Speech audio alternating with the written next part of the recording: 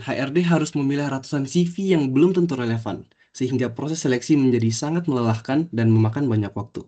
Kondisi ini bukan hanya menghambat efisiensi, tetapi juga meningkatkan risiko ketidakkonsistenan dalam menilai kualitas setiap kandidat.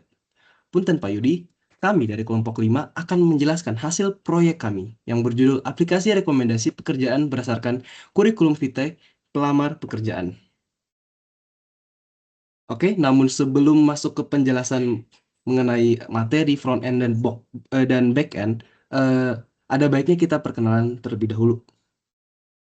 Dimulai dari saya, Winston Lokesora Mangori, kemudian ada Komang Yoga Suputra, terus ada Rizka Ananda Pratama, Kevin Sandi Dimpos Manurung, dan Devi Rosalina Putri.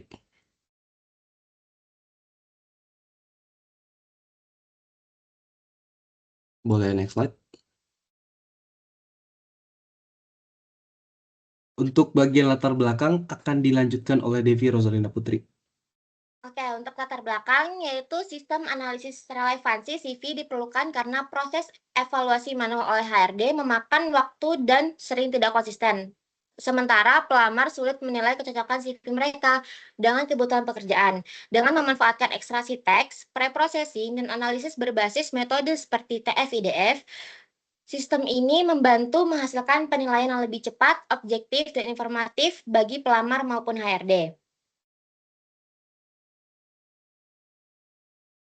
Tujuan tugas ini yaitu untuk membangun proses preprocessing dan analisis relevansi untuk menghasilkan presentasi kecocokan antara CV dan deskripsi pekerjaan. Sistem ini membantu perusahaan menyeleksi kandidat secara lebih efisien dan objektif, sekaligus memberi pelamar gambaran tingkat kesesuaian keterampilan dan pengalaman mereka dengan kualifikasi yang dibutuhkan.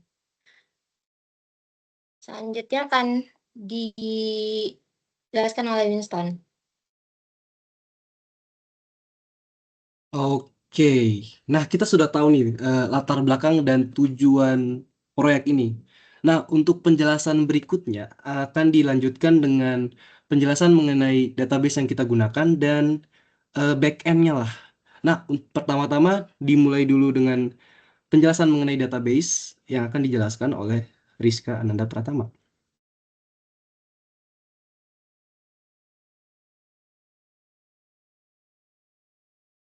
Di database kami memakai akurasi CV, dan di akurasi CV itu mempunyai tabel kurikulum vitae sama job position. Untuk di kurikulum vitae atau CV itu ada ID, name, email, phone number, gender, location, sama deskripsi CV-nya. Kemudian untuk table job position, itu ada ID, position, skill 1, skill 2, sama skill 3. Dikembalikan ke moderator. Oke, berikutnya akan dilanjutkan penjelasan mengenai kode yang kita gunakan, mengenai back-end-nya lah. Nah, untuk penjelasan mengenai ini akan dilanjutkan oleh Kevin. Silakan Kevin. Oke, baik. Berikut kode yang kami pakai. Kami di sini menggunakan Python dan backend juga menggunakan Python, dan dikonekkan database-nya menggunakan PHP MyAdmin ya, untuk database atau dataset yang kami gunakan. Nah, di sini untuk kira-kira dashboard-nya ya, kami menggunakan CSS, dan kami juga menggunakan Python tentunya supaya agar bisa terintegrasi untuk penarikan data dari database seperti ini. Ya. Ini adalah gimana caranya untuk kita connect ke database dan mengekstraksi data dari database. Ini untuk tabel CV repository ya, tabel CV, dan ini juga untuk tabel job begitu. Dan juga kami di sini ada file untuk mengekstraksi skill ya, untuk matching, dan nanti akan dijelaskan oleh teman saya Winston ya. Dan kemudian di sini adalah untuk tampilan-tampilannya. Ada tampilan chart atau grafik yang nanti akan ditunjukkan oleh Yoga. Kemudian di sini juga ada data yang setelah ini akan ditunjukkan. Terus ada input nanti akan ditunjukkan oleh Winston, kemudian nanti ada layout atau yang nanti akan kita lihat di aplikasi. Ya, mungkin kita langsung ke aplikasi. Di sini sudah ada aplikasi dan kami membuat nama aplikasinya adalah HR Dashboard atau sesuai latar belakang yang tadi sudah disebutkan oleh Devi, bahwa ini adalah untuk membantu HR untuk menganalisis kira-kira pelamarnya siapa aja, dari mana, dan kira-kira kapabilitas mereka itu dari mana. Ini merupakan menu data kami yang kami gunakan. Jadi bisa dilihat di sini bahwa data-datanya bisa dilihat ya, seperti di sini ada Yogi, ada emailnya, juga ada nomor teleponnya, kemudian ada gender atau jenis kelamin, kemudian ada lokasi dia domisili di mana, kemudian ada isi dari CV-nya. Ya. Nah, seperti di sini saya adalah seorang profesional dan lain-lainnya gitu. Kemudian di sini juga bisa difilter berdasarkan lokasi dan juga berdasarkan gender. Kalau dicoba mungkin di sini Bandung, saya ingin cari perempuan ya. Di sini keluar dengan kategori-kategori yang sudah difilter tadi. Dan juga di sini bisa di-delete datanya gitu dengan tombol ini. Saya kembalikan selanjutnya untuk ke moderator. Oke, tadi udah ada tuh penjelasan mengenai database dan juga sedikit back-end-nya. Dan sedikit sedikit di-spill lah mengenai bagaimana tampilan UI dari aplikasi yang kita buat. Dan untuk fitur data tadi udah dijelasin oleh Kevin, maka dari itu selanjutnya akan dilanjutkan penjelasan mengenai fitur statistik data dan trend scale. Nah, ini tuh buat nampilin grafik lah yang akan dijelaskan oleh Komang Yoga Saputra. Silakan Yoga. Oke, thank you. Selanjutnya, di sini saya akan menjelaskan untuk fitur yang kita buat. Salah satunya adalah statistik data dan juga ada trend scale. Nah, untuk statistik data di sini, bagi HR sendiri, ini akan memudahkan HR-nya untuk melihat bagaimana sebaran lokasi pelamar. Jadi nanti dari CV yang diinput oleh pelamar akan ditokenisasi dan diambil dari mana dia berasal. Dan di sini setelah dapat hasil tokenisasinya, kemudian dikelompok-kelompokkan berdasarkan lokasinya masing-masing. Misal dikelompokkan berdasarkan Kota Malang, Yogyakarta, Denpasar, Kupang, dan lain-lain. Bisa dilihat sebaran data pelamarnya seperti ini. Nah, selain juga untuk sebaran lokasi pelamar, kita juga dapat melihat komposisi jenis kelamin pelamar. Apakah dominan laki-laki atau dominan perempuan. Dan salah satu fiturnya adalah kita bisa melihat bagaimana sebarannya kayak gitu. Di sini bisa dilihat 155 untuk laki-laki dan 148 untuk perempuan seperti itu. Ini adalah statistik data. Selanjutnya adalah trend scale. Nah, untuk trend scale sendiri dari hasil tokenisasi pada isi CV yang dimana setiap kata diambil untuk dilihat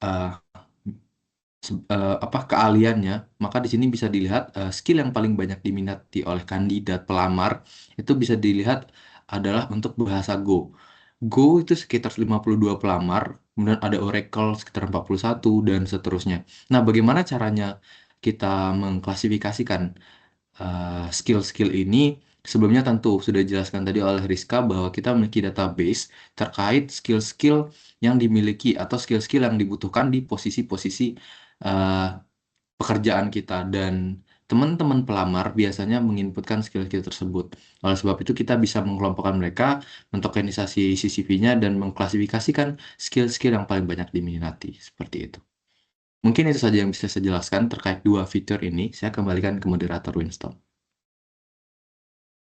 Oke, baik. Sisa satu fitur yang belum dijelaskan yaitu fitur input dan match CV. Nah, siapa nih yang belum jelasin? Oh, ternyata saya. Langsung saja saya jelasin ya. Oke, pertama, coba kita misalnya masukin dulu nih nama lengkapnya. Misalnya siapa nih? Misalnya Yoga, Yoga.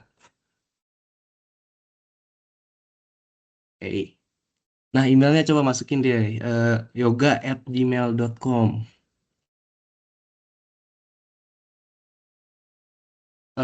nomor HP-nya masukinlah sembarang. Nomor HP siapa tuh? Oke, gendernya perempuan, pin perempuan. Nah, lokasinya di mana ya? Bebas lah. Ya, oke, oke. Oke, isi CV-nya boleh pin diisi.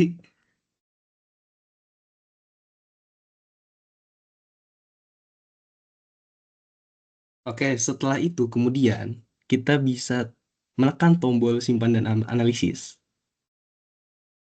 Nah, kemudian kita bisa ngeliat nih hasilnya. Mulai dari atas itu ada pelamarnya tadi udah yoga. Nah, skill terdeteksi dari CV ini ada Python, SQL. Pokoknya dari CV yang dimasukin lah hasil tokenisasinya. Terus berikutnya di sini ada grafik yang menunjukkan si yoga ini cocoknya masuk kemana nih. Jadi ini tuh bisa ngebantu banget buat si HRD-nya nentuin pelamar ini cocoknya kemana gitu. Nah, kalau dari CV yang dimasukin oleh si yoga tadi, dia ini cocoknya menjadi back end developer gitu dengan presentasi kecocokan 66%. Nah, berikutnya ada data analis, data engineer dan lain-lain. Itu cukup cocok lah. Nah, selain itu, data yang kita udah isi tadi itu langsung masuk ke bagian database di bagian fitur data. Coba boleh dicek. Nah, itu udah ada tuh data yang kita input tadi. Sama di sini bisa juga hapus data tadi. Udah dijelasin belum sih? Ya udah pokoknya misalnya kita wah jelek nih bisa langsung dihapus aja lah. Oke. Mungkin untuk fitur-fitur aplikasi yang kita buat itu saja sudah dijelasin tadi back end, front end dan database yang kita pakai. Jadi mungkin udah cukup kali ya presentasi pada hari ini. Eh, Kurang lebihnya mohon dimaafkan. Saya tutup. Wassalamualaikum warahmatullahi wabarakatuh.